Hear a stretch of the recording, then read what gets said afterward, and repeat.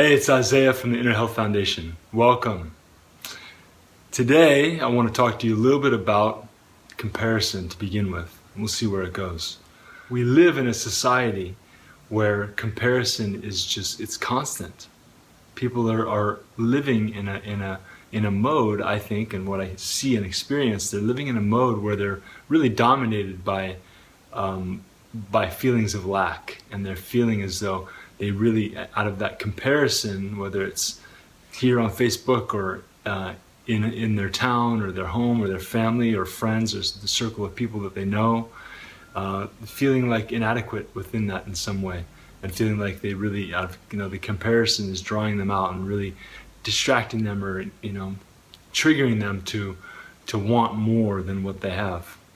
So comparison is a trap, and it doesn't serve us. I think better to look at people around us as samples and examples and appreciate the contrast. It's very different than being in comparison. Comparison is like a prison a lot of times, and experiencing and appreciating the contrast is more like a vacation.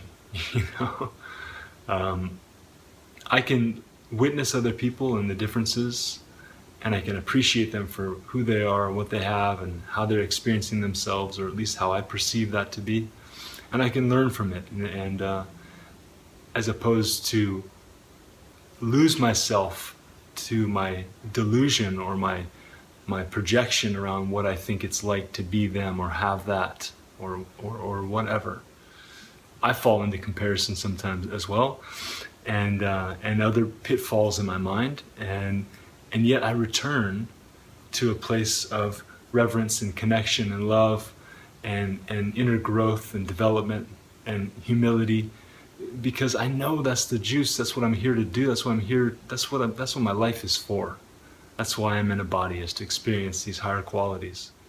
If we're a receptacle for love and appreciation and gratitude and humility and acceptance and growth and development and spiritual awakening, right?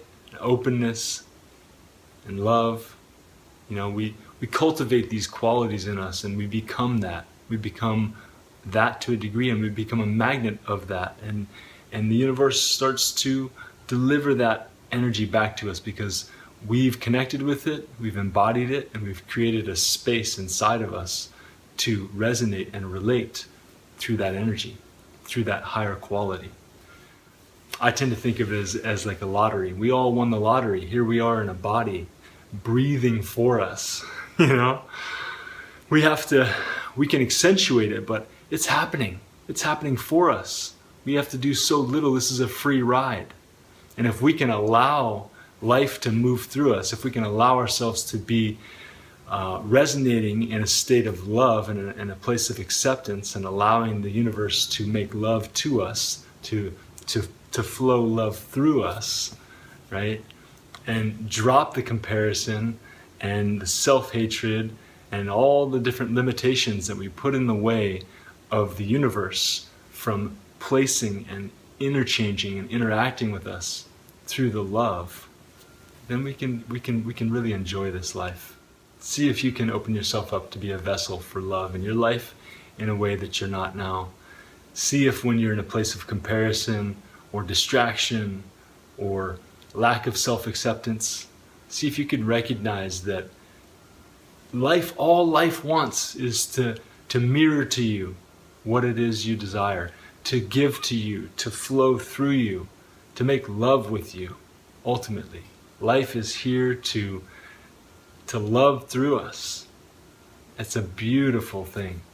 It's a beautiful thing to learn how to be in a state of gratitude and appreciation within ourselves, and then for life to reflect back to us and to flow through us in acknowledgement of the fact that we've arrived to that place, right?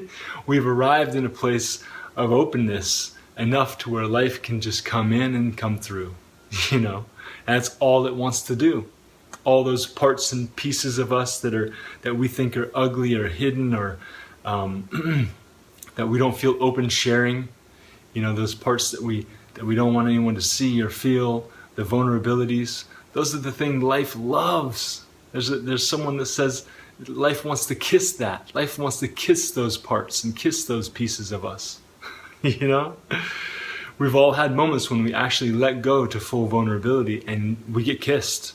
I'm sure you've experienced it, right? You think you face the resistance of feeling that deeper vulnerability, and when you let go to it, boom, life kisses you in the form of energy, in the form of a woman or a man, a form of food or family or some loving hug or connection. Life kisses us. It makes love to us because we've created a space and an opportunity for it to do so. That's all it wants, is to love us, to love those parts of us that we least love. Right?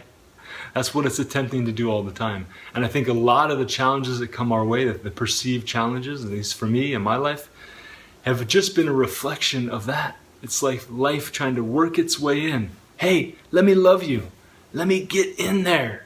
Let me bring my energy, my vital current through you to that place that you've been stuck and holding on and lacking. Let me fill it up with some magic.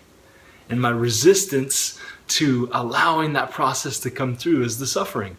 And when I let go and become receptive and vulnerable, and open to the opportunity for life, and I say, okay, I surrender, life. Bless me with your love, Here it comes.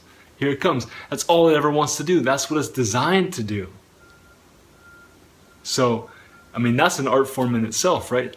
To learn how to surrender to love and allow what is always trying to come in and through us to be. If we were in the forest alone, do you think we'd be playing games? No.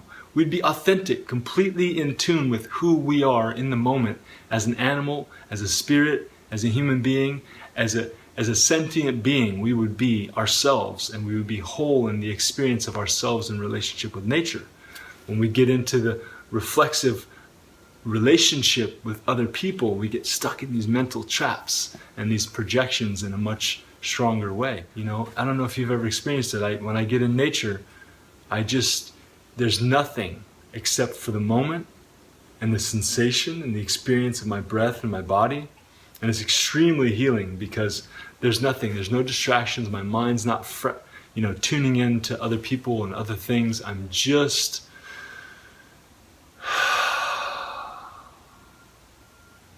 present for the experience of what nature has to show me and teach me. And everything is beautiful, right? So I find myself getting drawn out in the human world as well, in society and with people, drawn into comparison or judgment or criticism or anger or,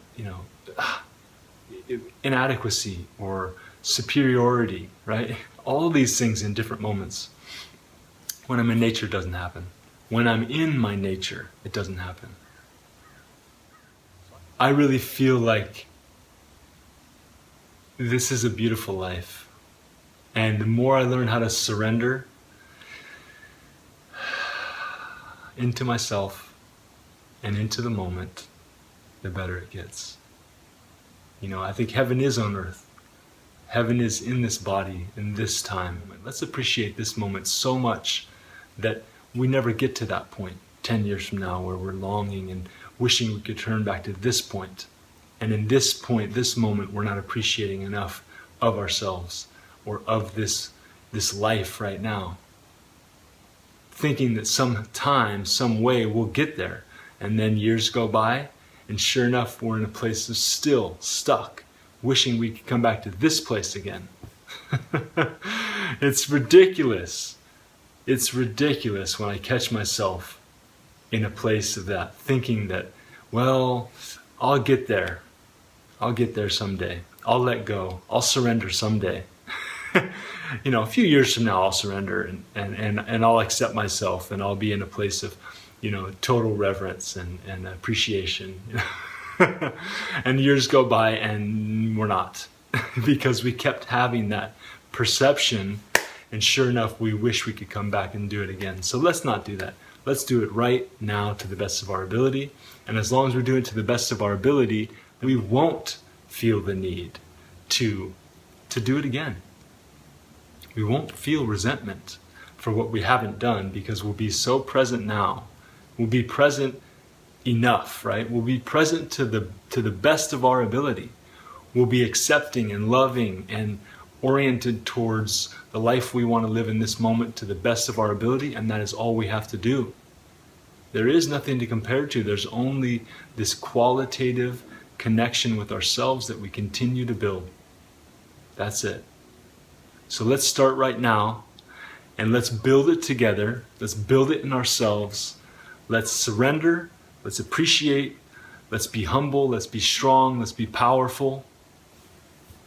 And let's enjoy this moment. Let's enjoy this life so that 10 years from now, it's just a heightening, a development to where the level of being and quality and expression and perception that we have in life is so rich that we have no regrets whatsoever. We just are in a full, deep appreciation for all the work, all those moments that we did the best we could, stacking up, accumulating to a place where we can appreciate and be in a place of deep, deep love. So I appreciate you all so much. Thank you for all your feedback and all your questions and ideas and references for me. It's a wonderful process I feel I'm in right now, learning through all of you and with all of you and through the process of sharing ideas and sharing techniques and sharing love. So thank you so much for being here. And we'll see you soon. All right.